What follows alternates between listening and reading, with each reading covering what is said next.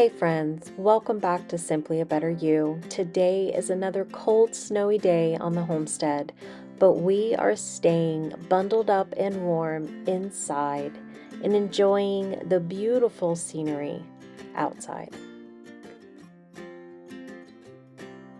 Today in the kitchen, I'm going to be working on some homemade yogurt.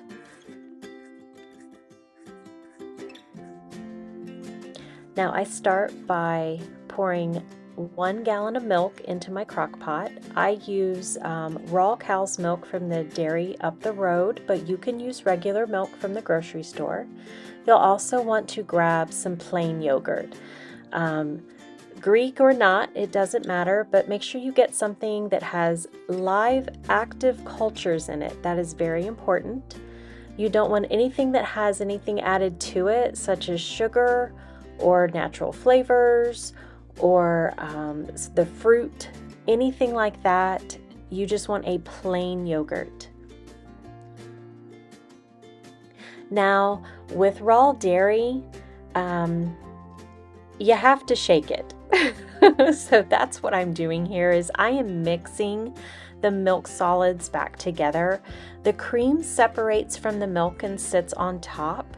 It's very fatty, very rich. It goes wonderful in coffee and tea, but I am mixing that back together so that everything goes in this crock pot. So here is the cream at the top and the milk at the bottom. You can see how it separates. Usually I have to shake it, pour a little bit out, and then shake it again just to get everything off the sides.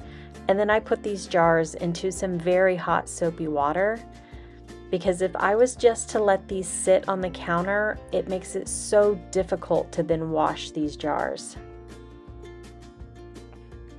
I love to add cream to my coffee and tea. It is so good. Now right now I can't eat dairy, but my kids are going to enjoy this yogurt. So this is a really simple recipe. You just need a gallon of milk. We're going to pour it into a crock pot. We're going to set the crock pot on low. And you're going to allow this to sit for about 2.5 hours or until it has a temp of 180 degrees. Once it reaches that temperature, you're then going to go ahead and unplug your crock pot.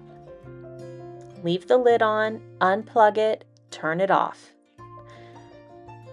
Now you'll want to basically walk away from this for about 3.5 hours. That's how long it takes mine to cool down, but you need this to cool down to 110 degrees.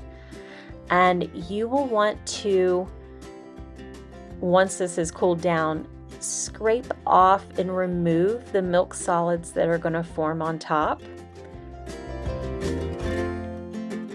Some people leave these in and just mix them in. I don't like the consistency that it gives the yogurt, so I remove mine. And then you will add 1 cup of room temperature yogurt to this. And you are going to mix this in until it is well incorporated and blended in. You don't want any chunks floating around in your milk.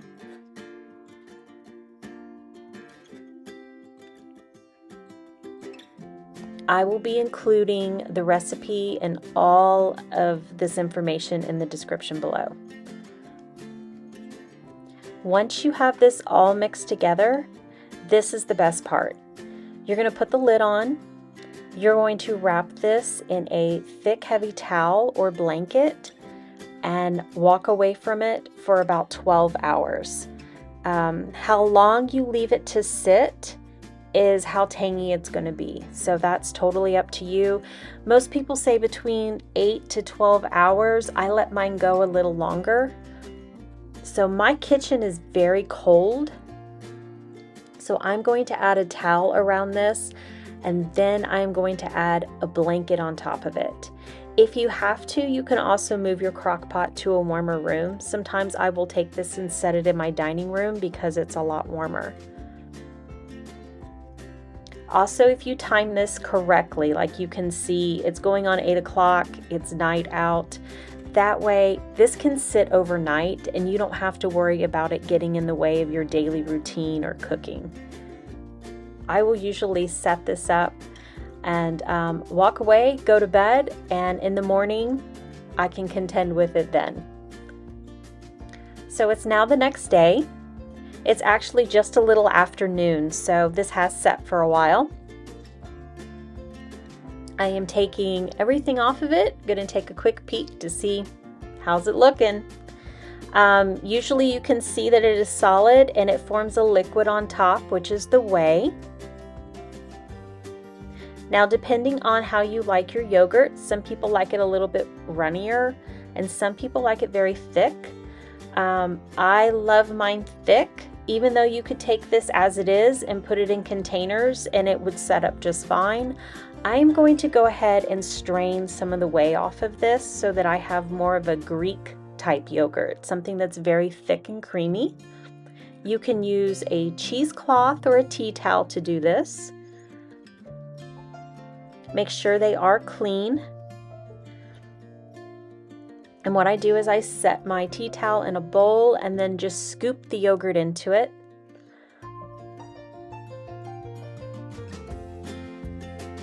You don't want to overload this cloth. I can usually do this in either 2 or 3 batches. I have plenty of tea towels, so I technically can hang these all over my kitchen. But if you overload it, I just don't think that the consistency of the yogurt comes out very well. It just doesn't, it seems to take longer to strain. And then of course, I don't get as much whey out of it as I would like.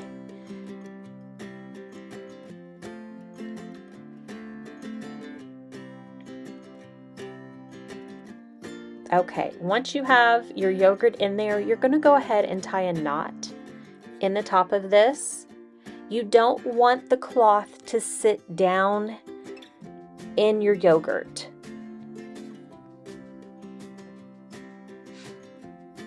So usually I will tie a knot in the top and then fold the cloths over top of that knot, so everything is pulled up and away from the yogurt.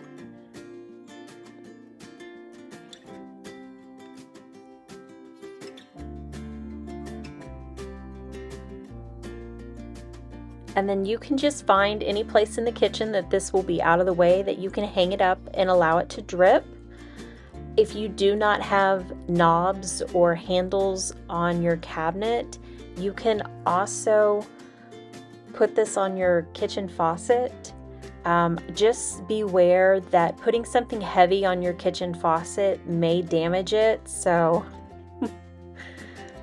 do at your own risk, or at least do small batches so that it's not really heavy. But you can see I just hang it here and the whey is straining off of it and it will collect in this bowl. It'll probably take about an hour.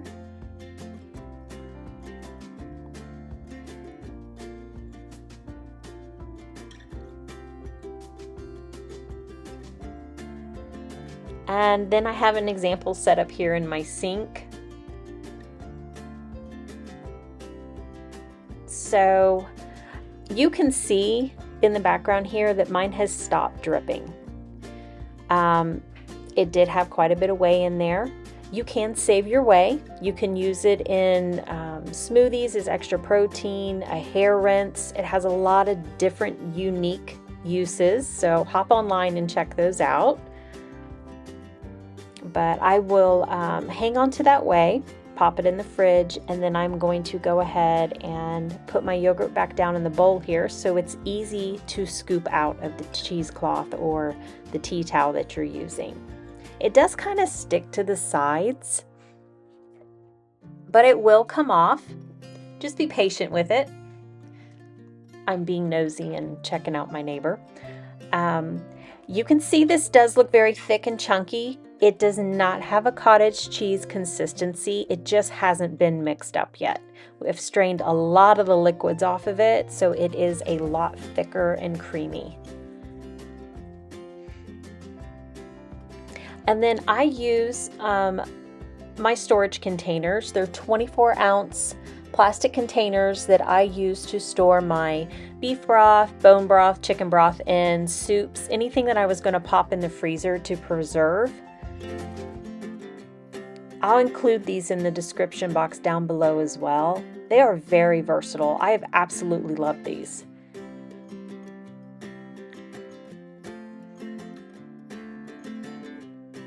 So what I love the most about this yogurt is that it has that creamy flavor that you would taste from the cream that settles on top of the milk. And I love the flavor that it gives the yogurt.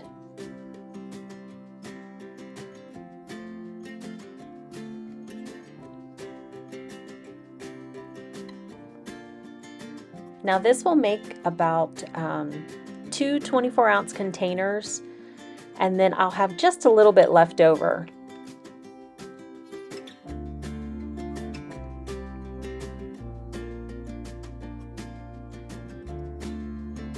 Also, if we're looking at price point here,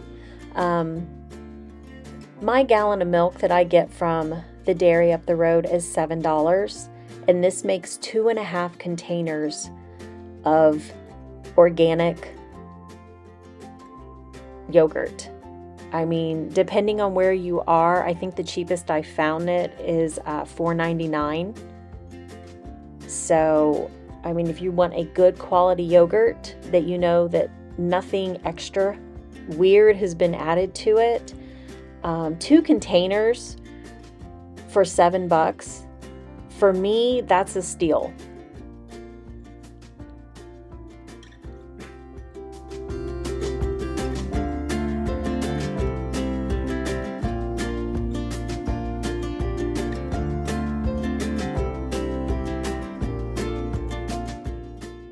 So I'm going to go ahead and finish off the last little bit that is in here and get it straining. And you can reuse your cloth. You don't have to wash it in between each time that you're doing this. However, I would recommend that once you are done, that you rinse this cloth off really well before you throw it in your laundry, and please don't launder this with your regular laundry, especially if you have a bunch of girls in the house. You will be picking hair out of this for days if you do that.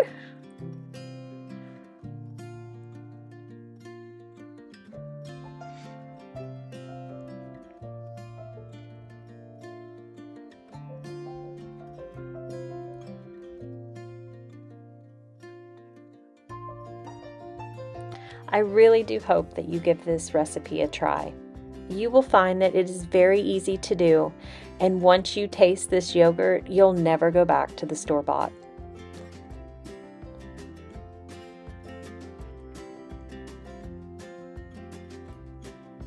Also, something very important, usually you hear me say it, label your containers. So important. You might remember what it is, but somebody else may not know what it is. So make sure you mark it and put the date on it. So guys, thank you so much for joining me in my kitchen today. I love being able to share this journey with you as we continue on into homesteading. And as always, guys, I bless you on your journeys.